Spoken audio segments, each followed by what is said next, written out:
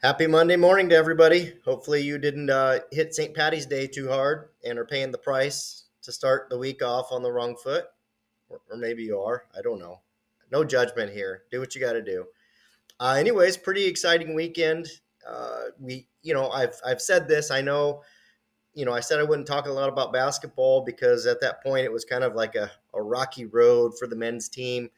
The women's team, we didn't really talk about much and no reason to talk about them now. But the men's team, man, what a way to end the season, win the Pac-12 tournament, punch your ticket into the big dance, pretty much the only way you were getting in.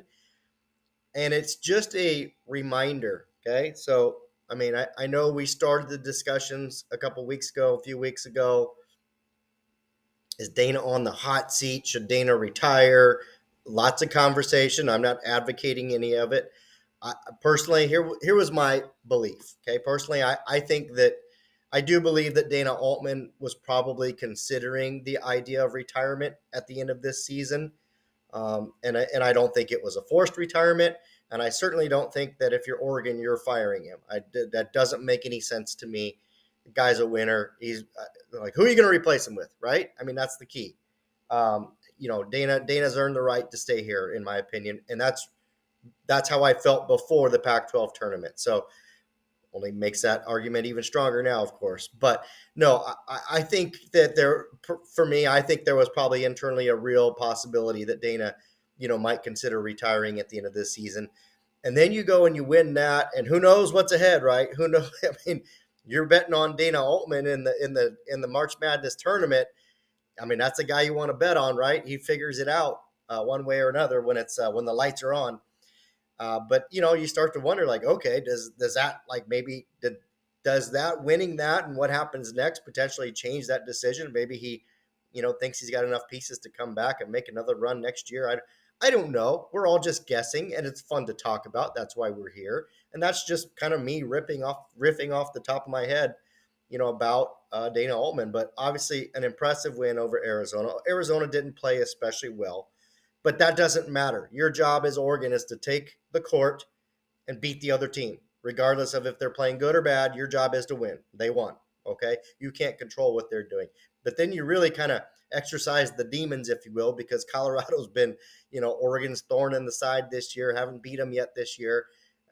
Everybody knows that. Everybody picked Colorado. Dana Altman even called them all out for picking Colorado after the game.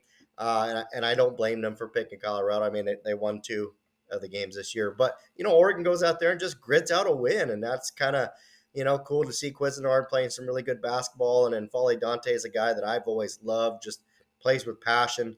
Not a perfect player by any means, but I just enjoy watching him play the game of basketball. And which, now gives us another game on Thursday against South Carolina. Ducks are 11. South Carolina is the 6. So kind of an interesting matchup there. And I guess we'll see what this team can do moving forward. But just a fun, exciting way to finish it. And whatever happens next with Dana Altman, if he comes back or if he hangs him up, whatever the case might be, kind of a fun way to end this season at least. And again, just a reminder, there's a really good basketball team there. I think Dana Altman actually really enjoys this team that he has.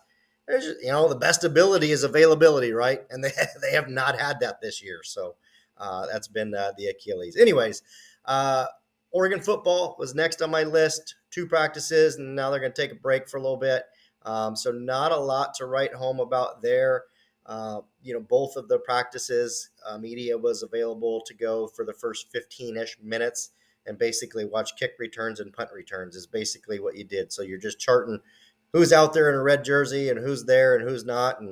And that's about it. That's what they got. And that's okay. That's Dan Lanning's team. That's the way he wants to run things. We got to respect that. But I'm not going to sit here and take too much away from anything in just those 2 short practices of basically 30 total minutes of viewing practice. So last big thing I'll hit on and try and keep this close to 5 minutes. There was some recruits on campus. Oregon did a pretty good job bringing in a couple of their bigger targets under the radar.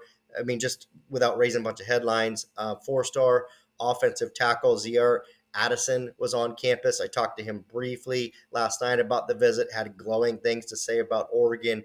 specifically Dan Lanning, specifically Alik Terry, and the way the offensive line works. So, that's one of the big guys that Oregon is targeting at offensive line. And I know I wrote about this, but I think offensive line is going to be a quality over quantity type of a cycle.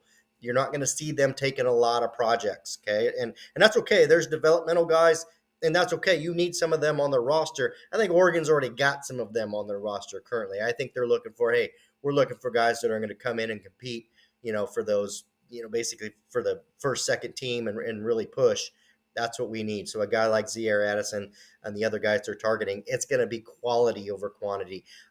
Four-star linebacker Noah McHale was also on campus at Oregon. Have not had the ability to catch up with him yet, but will have talked to him several times. I know Oregon's on the short list, and every visit you can get him on is, of course, better for your program.